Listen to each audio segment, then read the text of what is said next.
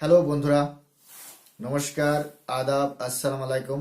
উত্তম রিয়াকশনের আরেকটি রিয়াকশন ভিডিওতে আপনাদের সবাইকে স্বাগতম। আমি উত্তম আছি আপনাদের সাথে। বন্ধুরা, আজ যে ভিডিওতে রিয়াকশন দেব সেই ভিডিওটি নেওয়া হয়েছে নিবিড় মাহমুদ চ্যানেল থেকে। ভিডিওর টাইটেল হচ্ছে ট্রিলিয়ন ডলারের অর্থনীতির পথে বাংলাদেশ, যেভাবে আগামীর বাংলাদেশ গড়ে উঠছে। Trillion dollar economy. বন্ধুরা, অরিজিনাল ভিডিওর লিংক আমার ডিসক্রিপশনে মেনশন করা থাকবে, আপনারা চাইলে চ্যানেলটি ভিজিট করতে পারেন। বন্ধুরা, আপনারা যদি আমার চ্যানেলে নতুন হয়ে থাকেন তাহলে চ্যানেলটি সাবস্ক্রাইব করে আমার পাশেই থাকবেন, বেল আইকন অন করে অল করে রাখবেন। অলরেডি যেসব বন্ধুরা চ্যানেলটি সাবস্ক্রাইব করে আমার পরিবারের সদস্য হয়েছেন তাদের প্রতি রইল অসংখ্য ধন্যবাদ। ভিডিওটা ভালো লাগলে একটা লাইক করবেন, শেয়ার করে আপনার বন্ধুদের দেখার সুযোগ করে দিতে পারেন। কমেন্ট সেকশনে লিখে অবশ্যই জানাতে পারেন আপনারা কোন ধরনের ভিডিওতে রিয়াকশন চান। আমি চেষ্টা করব সেই ধরনের ভিডিওতে রিয়াকশন দেওয়ার। তাহলে চলুন বন্ধুরা, সময় নষ্ট না করে প্রথমে ভিডিওটা দেখি, আর ভিডিওর শেষে অবশ্যই আমার ওপিনিয়ন থাকবে।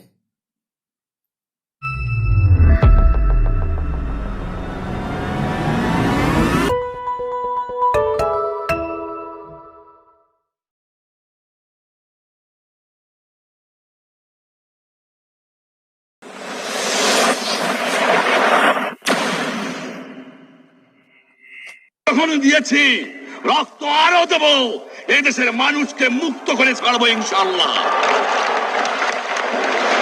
এবারে সংগ্রাম আমাদের মুক্তির সংগ্রাম, এবারে সংগ্রাম স্বাধীনতার সংগ্রাম।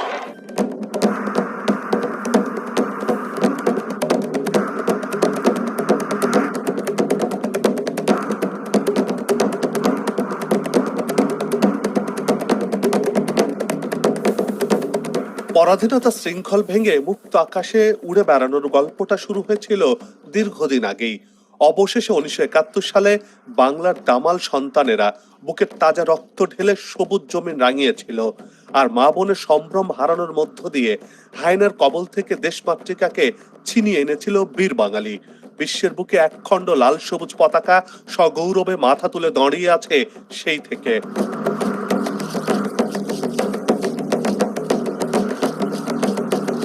একাত্তরে বিশ্বের মানচিত্রে যখন নতুন দেশ হিসেবে বাংলাদেশের অভ্যুদয় হয়, তখন অর্থনৈতিকভাবে এটি টিকে থাকা নিয়ে অনেকেই সংশয় প্রকাশ করেছিল। পাকিস্তানি শাসকদের শোষণে, নিপীড়নে নিষ্পেষিত ও বিধ্বস্ত এক অর্থনীতি নিয়ে দেশ গড়ার কাজ শুরু করেছিলেন জাতির পিতা বঙ্গবন্ধু শেখ মুজিবুর রহমান। বহু চড়াই উচ্চাই পার করে সেই দেশটি এখন শক্ত ভিতের উপর দাঁড়িয়েছে। একসময় তলাবিহীন ঝুড়ি বলে অবজ্ঞা করেছিল হেনরি কিসিঞ্জার।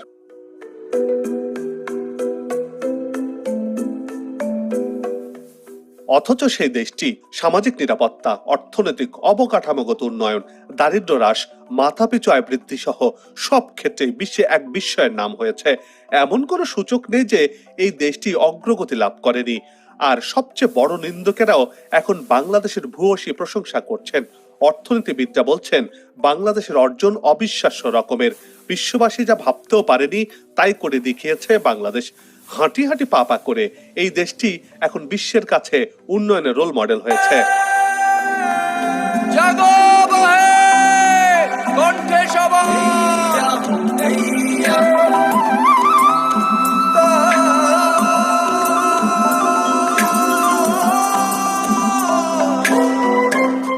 বাংলাদেশের ক্রমবর্ধমান অগ্রগতি ও প্রবৃদ্ধি সারা বিশ্বে স্বীকৃত। 1973 সালে 8 বিলিয়ন মার্কিন ডলারের অর্থনীতির দেশ বর্তমানে 460 বিলিয়ন অতিক্রম করেছে।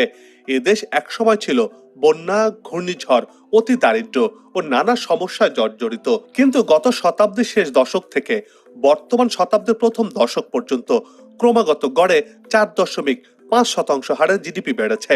দেশের কৃষি ও শিল্প খাতে উৎপাদন বৃদ্ধির পেছনে রয়েছে এদেশের মানুষের কঠোর পরিশ্রম, উদ্যোক্তা ব্যবসায়ীদের নতুন নতুন শিল্প কারখানা স্থাপন, কর্মসংস্থান, কৃষকের আধুনিক প্রযুক্তি, বীজ ও সারের ব্যবহার এবং সর্বক্ষেত্রে সরকারের সঠিক পরিকল্পনা ও নীতি বাস্তবায়নের কারণেই এমনটি হয়েছে।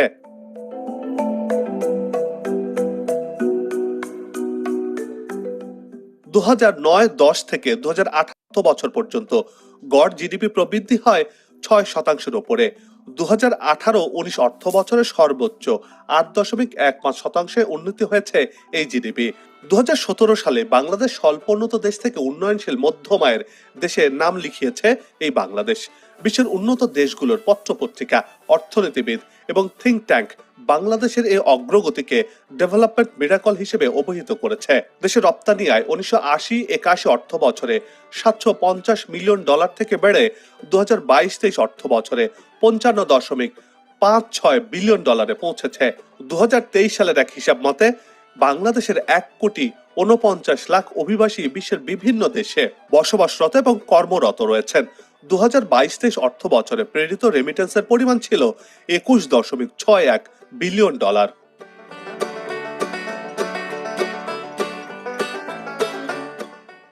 গত 1.5 দশকে 2,35,000 নতুন কর্মসংস্থান সৃষ্টি হয়েছে। সেই হিসেবে চলতি বছর অর্থাৎ 2023 সালের শেষে কর্মসংস্থান 7,11,00,000-এ পৌঁছাবে বলে আশা করা হচ্ছে। মাথাপিছু আয় 2007-08 অর্থ বছরে ছিল $686, আর সেই মাথাপিছু আয় 2022-23 অর্থ বছরে 4 গুণ বৃদ্ধি পেয়েছে, হয়েছে $2,765। গোটা দুনিয়ার গড় আয় বৃদ্ধির 14% অর্জন করেছে বাংলাদেশ। দারিদ্র্যের হার 2005 সালে 40%-এর তুলনায় বর্তমানে দারিদ্র্যের হার কমতে শুরু করেছে। 2022 সালে 50%-এরও বেশি কমে দাঁড়িয়েছে 18.7%। অতি দারিদ্র্যের হার শূন্যের কোঠায় নিয়ে যেতে চায় বর্তমান সরকার। বর্তমানে এই হার 25.1% থেকে কমে 5.6%-এ নেমে এসেছে।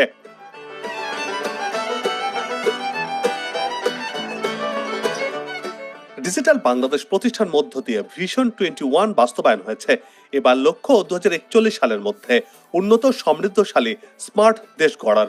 চতুর্থ শিল্প বিপ্লবের নেতৃত্ব দিতে তৈরি হচ্ছে স্মার্ট বাংলাদেশ। বর্তমানে বাংলাদেশ দ্রুত উন্নয়নশীল প্রথম 5টি দেশের মধ্যে একটি। বিশ্ব অর্থনীতির কঠিন চ্যালেঞ্জের বছরেও বাংলাদেশের মোট দেশজ উৎপাদন বা জিডিপির আকার অনেক বেড়েছে, আর তাতে ভর করে বিশ্বের 35তম বড় অর্থনীতির দেশ এখন এই বাংলাদেশ। আন্তর্জাতিক মুদ্রা তহবিল বা IMF এর পরিসংখ্যানের ভিত্তিতে তৈরি করা হয়েছে এই তালিকা।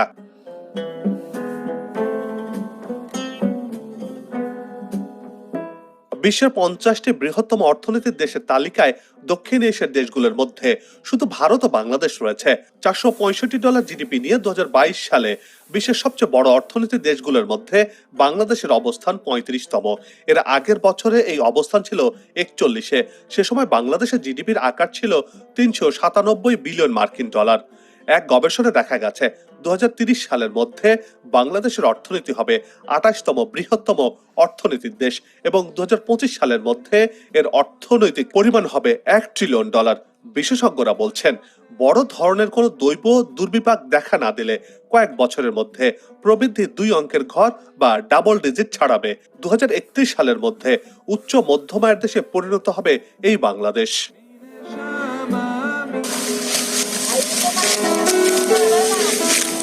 কৃষিতে বিপ্লব ঘটেছে, খাদ্যে স্বয়ংসম্পূর্ণতা অর্জন করেছে লাল সবুজের এই দেশ। সবজি এবং মৎস্য উৎপাদনে বাংলাদেশ এখন বিশ্বে 4র্থতম স্থানে রয়েছে। পোশাক উৎপাদনে 2য় স্থানে রয়েছে বাংলাদেশ। 2022-23 অর্থ বছরে দেশে খাদ্য উৎপাদন হয় প্রায় 5 কোটি মেট্রিক টন। জিডিপিতে কৃষির উপখাতের অবদান প্রায় 11.21%। যদিও জিডিপিতে কৃষির অবদান কমছে, কিন্তু আধুনিক চাষাবাদ আর নতুন গবেষণার বদৌলতে কৃষি উৎপাদন বাড়ছে। কৃষি খাতে বাংলাদেশ যেমন এগিয়ে যাচ্ছে, তেমনি করে কৃষি শিল্প খাতে রূপ দিতে নানা উদ্যোগ নিয়েছে সরকার।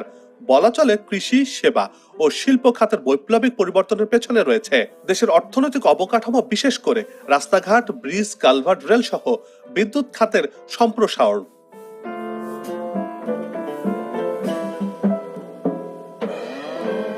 বলা হয়ে থাকে একটি দেশের উন্নয়নের অন্যতম শর্ত হলো উন্নত যোগাযোগ ব্যবস্থা, আর এই যোগাযোগের উপর নির্ভর করে গড়ে উঠছে দেশি বিদেশি শিল্প প্রতিষ্ঠান। আর বাংলাদেশেও সেই শর্ত পূরণ করতে সারা দেশে সমন্বিত যোগাযোগ ব্যবস্থা গড়ে তুলছে, যার মধ্যে অন্যতম হলো স্বপ্নের পদ্মা সেতু। বড় অর্থনৈতিক অবকাঠামোর মধ্যে পদ্মা সেতু নিজস্ব অর্থায়নে নির্মাণে জননেত্রী শেখ হাসিনার সিদ্ধান্ত বাংলাদেশের অর্থনৈতিক সক্ষমতার বিস্তার ঘটিয়েছে। দেশের দক্ষিণাঞ্চলে পদ্মা সেতুর প্রভাব অপরিসীম। পদ্মা সেতু চালু হওয়ার কারণে সড়ক পথে যেমন সময় কমেছে, তেমনি করে রেলপথেও কম সময় চলাচল করতে পারছেন খুব সহজে দেশের দক্ষিণ পশ্চিমাঞ্চলের মানুষজন। নিরবিচ্ছিন্ন যোগাযোগ ব্যবস্থা নিশ্চিত হওয়ার কারণে নতুন নতুন ব্যবসা প্রতিষ্ঠান গড়ে উঠছে দক্ষিণ পশ্চিমাঞ্চলে। গবেষকরা বলছেন, সেতু নির্মাণ কাজ শুরু হওয়ার আগে প্রাক সম্ভাব্যতা যাচাই এদেশে জিডিপি প্রবৃদ্ধির হার 1% পর্যন্ত বাড়তে পারে বলে ধারণা করা হয়েছিল। কিন্তু এখনকার বাস্তবতা সেই অনুমানের চেয়ে অনেক বেশি, অর্থাৎ অর্থনৈতিক তৎপরতা বৃদ্ধির হার এর চেয়ে অনেক বেশি হবে বলেই ধারণা করছেন তারা। ফলে এই সেতুর কারণে দেশের অর্থনীতি চাঙ্গা হতে চলেছে, সম্প্রসারিত হচ্ছে বাজারও। এতদিন এই অঞ্চলের কৃষি পণ্যের বাজার ছিল ছোট, এখন সেই বাজার হচ্ছে বড়। কৃষকেরা ঢাকায় ফসল পাঠাতে পারছেন সহজেই। ধারণা করা হচ্ছে এভাবে চলতে থাকলে দক্ষিণাঞ্চলের মানুষের আয় দ্বিগুণ বেড়ে যাবে। এই সেতুর কারণে মোংলা বন্দরের গতি পাবে। এখন যোগাযোগে গতি পেলে এই বন্দরের ব্যবহার বাড়বে। যোগাযোগের উন্নয়নের ফলে দক্ষিণাঞ্চলে নতুন শিল্পায়নের দিকে হাঁটছে, যাতে করে নতুন কর্মসংস্থানের সম্ভাবনা তৈরি হয়েছে। বেকারত্ব কমে আসার পাশাপাশি মানুষের ঢাকায় আসার প্রবণতাও কমে আসবে। ফলে অঞ্চল কেন্দ্রিক উন্নয়ন ঘটবে।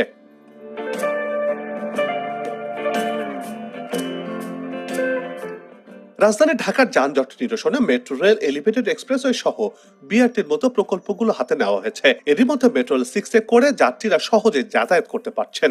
এই মেট্রো রেলটি উত্তরা থেকে মতিঝিল পর্যন্ত পুরোদমে চালু হলে দৈনিক প্রায় 5 লাখেরও বেশি যাত্রী পরিবহন করবে এই মেট্রো রেল। আর এই মেট্রো রেলের 6টি মাল্টি লাইন 2030 সালের মধ্যে শেষ করার টার্গেট রয়েছে। তখন ঢাকার চারপাশের চেহারা বদলে যাবে। পরিবহন বিশেষজ্ঞদের মতে মেট্রো রেল চালু হলে ঢাকার যানজট যেমন কমবে, তেমনি জিডিপিও 1%-এরও বেশি বাড়বে।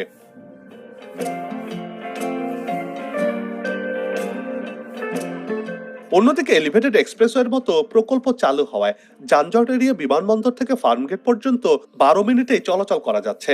আর এই উড়াল সড়কটি পুরোপুরি চালু হলে অল্প সময়ে চট্টগ্রাম সড়কের কুতুবখালী পর্যন্ত যাওয়া যাবে। তাতে খুব সহজেই রপ্তানিযোগ্য পণ্যগুলো ঢাকায় প্রবেশ না করে চট্টগ্রাম সড়কে চলাচল করতে পারবে। এই এলিভেটেড এক্সপ্রেসওয়ে পণ্য রপ্তানির ক্ষেত্রে বড় মাইলফলক হিসেবে কাজ করবে বলে মনে করছেন বিশেষজ্ঞরা।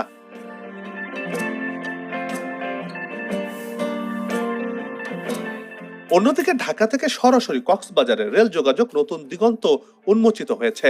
ফলে দেশের পর্যটন খাতে সম্প্রসারিত হতে চলেছে। পদ্মা সেতু এবং রেলপথ সম্প্রসারণের ফলে জিডিপির প্রবৃদ্ধি প্রায় 2% বেড়ে যাওয়ার সম্ভাবনা রয়েছে। আবার কর্ণফুলী নদীর তলদেশ দিয়ে তৈরি টানেলের যাত্রার মধ্য দিয়ে বাংলাদেশ অন্য উচ্চতায় পৌঁছে গেছে। এই অঞ্চল বৃহৎ ইকোনমিক হাবে পরিণত হবে, যা ভবিষ্যৎ অর্থনীতিকে উন্নত অর্থনীতিতে রূপদানে সক্ষম হবে। অনুমান করা হচ্ছে 2025-26 অর্থ বছরে জিডিপি প্রবৃদ্ধি হবে 8%-এরও বেশি।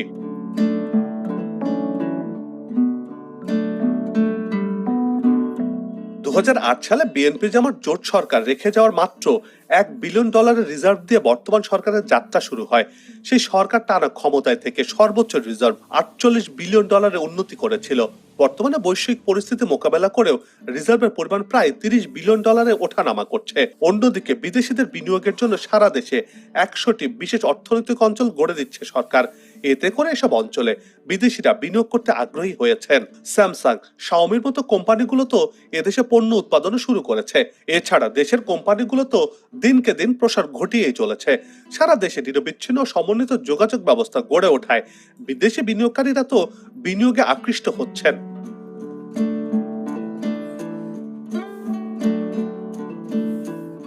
সরকারের নানামুখী উন্নয়ন কর্মসূচি জোরদারের ফলে দেশের অর্থনৈতিক পরিস্থিতি উল্লেখযোগ্য হারে অগ্রগতি হচ্ছে। 8ম পঞ্চবার্ষিকী পরিকল্পনা এসডিজি, দ্বিতীয় প্রেক্ষিত পরিকল্পনা ভিশন 41 বাস্তবায়নের মাধ্যমে দেশকে উন্নত রাষ্ট্রে পরিণত করতে শেখ হাসিনা সরকার ডেল্টা পরিকল্পনা 2100 এবং সুনীল অর্থনৈতিক কৌশল সমূহ বাস্তবায়নের পরিকল্পনা গ্রহণ করেছেন।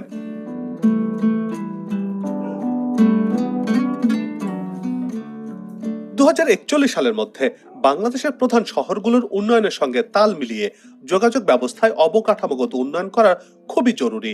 তাই যোগাযোগ ব্যবস্থার ব্যাপক উন্নয়ন ঘটিয়ে ঢাকা মহানগর থেকে চাপ কমিয়ে সাব স্মার্ট টাউন তৈরি করতে চায় সরকার। আর্টিফিশিয়াল ইন্টেলিজেন্স বা কৃত্রিম বুদ্ধিমত্তার মতো প্রযুক্তির নতুন নতুন সাফল্যকে কাজে লাগিয়ে গ্রামীণ অবকাঠামোতে সক্ষমতা বৃদ্ধি, ক্ষুদ্র ঋণ কর্মসূচি এবং স্বল্প দক্ষ উৎপাদনকে একটি আধা দক্ষ পরিবেশে উন্নতি করার চেষ্টা চালাচ্ছে বর্তমান সরকার।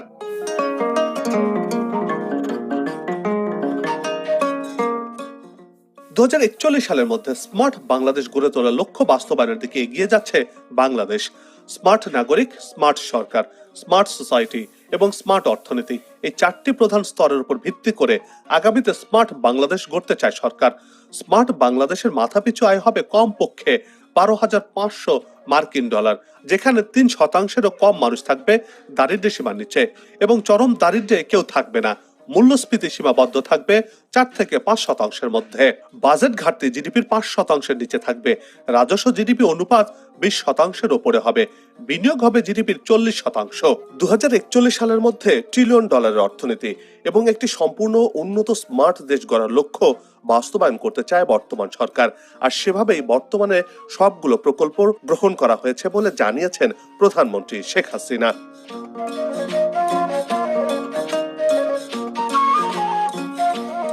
আর এসব উন্নয়নের গাঁথামালা বাংলাদেশকে বিশ্বের বুকে উন্নত অর্থনীতির দেশ এবং সমৃদ্ধ বাঙালি জাতি হিসেবে পরিচিত করবে।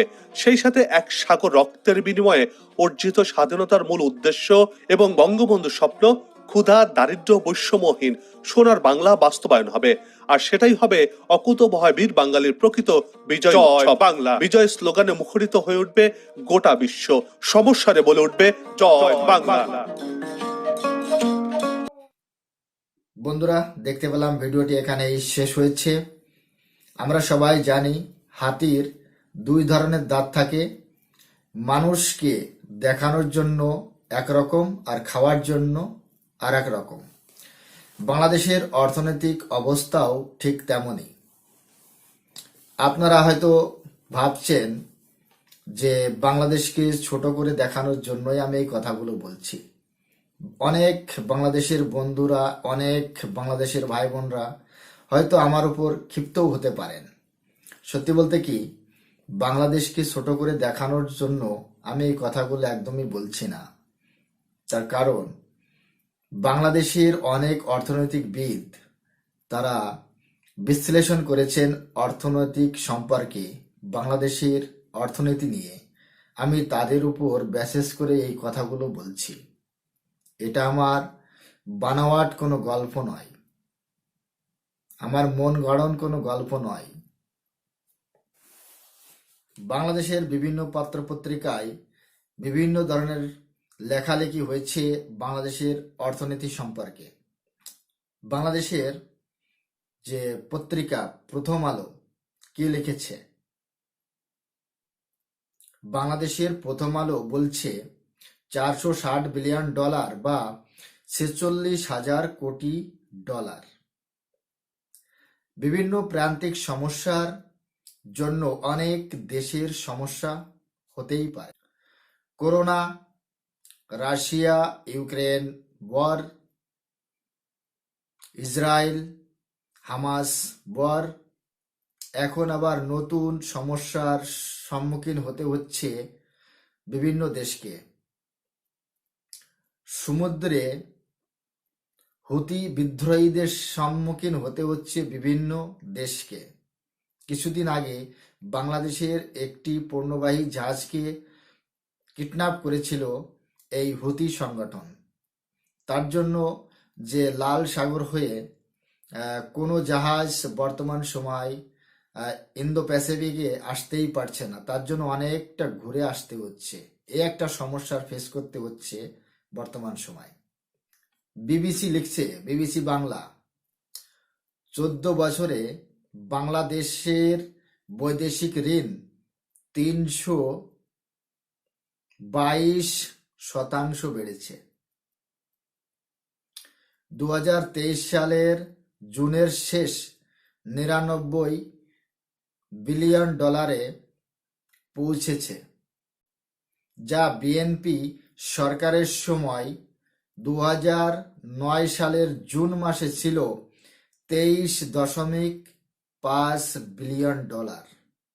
ভাবতে পারছেন বাংলাদেশের প্রধানমন্ত্রী শেখ হাসিনা কিভাবে ঋণ গ্রহণ করেছে, সেটা একবার ভাবতে পারছেন আপনারা? সাধারণত বৈদেশিক ঋণ জিডিপির 40%-এর বেশি হলে ঝুঁকিপূর্ণ বলে মনে করা হয়। অর্থনৈতিক ভাষায় বাংলাদেশ আপাতত নিরাপদ স্থানেই আছে বলেই মনে করছেন বিভিন্ন অর্থনৈতিকবিদ। কিন্তু পাশাপাশি এটা ভুললে চলবে না, বাংলাদেশ অনাবরত বিদেশি ঋণের উপর নির্ভরশীলতা হয়ে পড়ছে। প্রথম আলো লিখছে, বাংলাদেশ কি ঋণ চক্রে পড়তে যাচ্ছে? বাংলাদেশ সরকার বৈদেশিক ঋণ নিয়েছে 2023 জুন পর্যন্ত 98.98 বিলিয়ন ডলার বা 10,48,764 কোটি টাকা, 106 টাকা বিনিময় হারে যা এখন বেড়েছে। এর মধ্যে সরকারি খাতে ঋণ 76.68 বিলিয়ন ডলার এবং বেসরকারি খাতে ঋণ 22.26 বিলিয়ন ডলার। এর ফলে বাংলাদেশের জনগণের মাথাপিছু ঋণের পরিমাণ হয়ে দাঁড়িয়েছে 579.31 ডলার। বাংলাদেশের মোট জিডিপির 21.8%, যা 2017-18 সালে অর্থবছরে জিডিপির 17.4% ছিল, যে কারণে সরকারের ঋণ বিপজ্জনক পর্যায়ে যেতে পারে। এটা লিখছে প্রথম আলো। বাংলাদেশের জিডিপিতে রাজস্ব বাড়ছে না, বাড়ছে সরকারি ঋণ। এটা আমার কথা নয়, এটা বাংলাদেশের প্রথম আলো লিখছে। 2013-14 অর্থবছরে জিডিপির অনুপাত হিসাবে সরকারি রাজস্ব আয় ছিল 9.1%, কিন্তু 2021-22 অর্থবছরে এই অনুপাত আরো কম, 8.7%। মানে কি দাঁড়ালো? একদিকে রাজস্ব আয় ডাউন হচ্ছে, অপরদিকে সরকারের ঋণের বোঝা বেড়েই চলেছে। মানে কি দাঁড়ালো? একদিকে রাজস্ব আয় কম হচ্ছে, অপরদিকে সরকারের যে ঋণের বোঝা বেড়েই চলেছে। মোটামোটা একটা ধারণা দিলাম যে বাংলাদেশের সরকার যেভাবে ঋণ নিচ্ছে তাতে আগামী দিনে নিরাপদ থাকতে পারবে কি পারবে না সেটা সময় সাপেক্ষ, সময় বলবে। এই অর্থনৈতিক সম্পর্কে যদি বিস্তারিত আলোচনা করা হয় তাহলে অনেক সময়ের প্রয়োজন। বাংলাদেশের যে অর্থনৈতিকবিদ যারা আছে তারা চিন্তিত। তারা বলেছেন যে সরকার যেভাবে ঋণ নিচ্ছে তার কারণ যে স্বল্প মেয়াদী ঋণ রয়েছে সেগুলো তো আসলের সাথে সুদও দিতে হবে, সে একটা কারণ রয়েছে। আবার দীর্ঘমেয়াদী যে ঋণের বোঝা রয়েছে বাংলাদেশ সরকারের উপর, সুদের অংশ ক্লিয়ার করতে হয় বাংলাদেশ সরকারকে, তার একটা চাপ রয়েছে বাংলাদেশ সরকারের উপর। আবার বাংলাদেশের যদি অর্থনৈতিক সংকট যদি নাই থাকতো, বাংলাদেশের রিজার্ভের যদি সংকট নাই থাকতো, তাহলে বাংলাদেশ সরকার বা বাংলাদেশের যে ব্যাংকগুলো সেগুলো কেন এলসি খুলতে পারে না? বৈদেশিক মুদ্রা ভান্ডার যদি কম না থাকবে তাহলে এলসি খুলতে সমস্যা কোথায়? বাংলাদেশে তো ভীষণ আকারে ডলার সংকট চলছে, আর তার জন্য বাংলাদেশের ব্যাংক বিদেশ থেকে কোনো দ্রব্যপাতি ক্রয় করার জন্য, আমদানি করার জন্য যে এলসি খুলতে হয় সেই এলসি খুলতে পারছে না। যেমন কয়লা আমদানি করার জন্য এলসি খোলার প্রয়োজন পড়ে, যদি সেই এলসি না খুলতে পারে তাহলে বাংলাদেশ সরকার বাইরের দেশ থেকে কয়লা আমদানি করবে কি করে? আর কয়লা যদি আমদানি না করতে পারে তাহলে বাংলাদেশে বিদ্যুতের ঘাটতি হবে, বাংলাদেশের যে কলকারখানা সেগুলো ঠপ হয়ে যাবে, সেখানে একটা সমস্যার সৃষ্টি হতে পারে। এই জন্য বৈদেশিক রিজার্ভ বাংলাদেশে সংকট বর্তমান সময়। বাংলাদেশে বিভিন্ন ধরনের প্রজেক্ট চলছে, অনেক প্রজেক্ট চালু হয়েছে। তার মধ্যে বাংলাদেশের যে পদ্মা সেতু, যমুনা রেল সেতু প্রজেক্ট এই সময় চালু রয়েছে। জাপানের কোম্পানি জাইকা নির্মাণ করছে এই রেল সেতু। কক্সবাজারের সাথে ঢাকার রেল সংযোগ হয়েছে। থার্ড টার্মিনাল নির্মাণাধীন চলছে, এখনো সম্পূর্ণভাবে কাজ সম্পূর্ণ হয়নি, এখনো অনেক কাজ বাকি রয়েছে। রংপুর যে নিউক্লিয়ার বিদ্যুৎ প্ল্যান্ট রয়েছে তার কাজ এখনো সম্পূর্ণ হয়নি, তাতেও অনেক কাজ বাকি রয়েছে। সব ঠিক আছে, আমার একটাই কথা, আমার যে ওপিনিয়ন, সব কিছুই ঠিক আছে, বাংলাদেশ ডেভেলপমেন্ট করছে, নো ডাউট, এখানে কোনো কথা হবে না। অনেক ধরনের প্রজেক্ট চলছে। বন্ধুরা, আজ এই পর্যন্তই। আপনারা যদি আমার চ্যানেলে নতুন হয়ে থাকেন তাহলে চ্যানেলটি সাবস্ক্রাইব করে আমার পাশেই থাকবেন, বেল আইকন অন করে অল করে রাখবেন পরবর্তী ভিডিও নোটিফিকেশন পাওয়ার জন্য। অলরেডি যেসব বন্ধুরা চ্যানেলটি সাবস্ক্রাইব করে আমার পরিবারের সদস্য হয়েছেন তাদের প্রতি রইল অসংখ্য ধন্যবাদ। ভিডিওটা ভালো লাগলে একটা লাইক করবেন, শেয়ার করে আপনার বন্ধুদের দেখার সুযোগ করে দিতে পারেন। কমেন্ট সেকশন লিখে অবশ্যই জানাতে পারেন আপনারা কোন ধরনের ভিডিওতে রিয়াকশন চান, আমি চেষ্টা করবো সেই ধরনের ভিডিওতে রিয়াকশন দেওয়ার। সবার সুস্থতা কামনা করে এখানেই শেষ করছি। ভালো থাকুন, সুস্থ থাকুন, নমস্কার, জয় হিন্দ।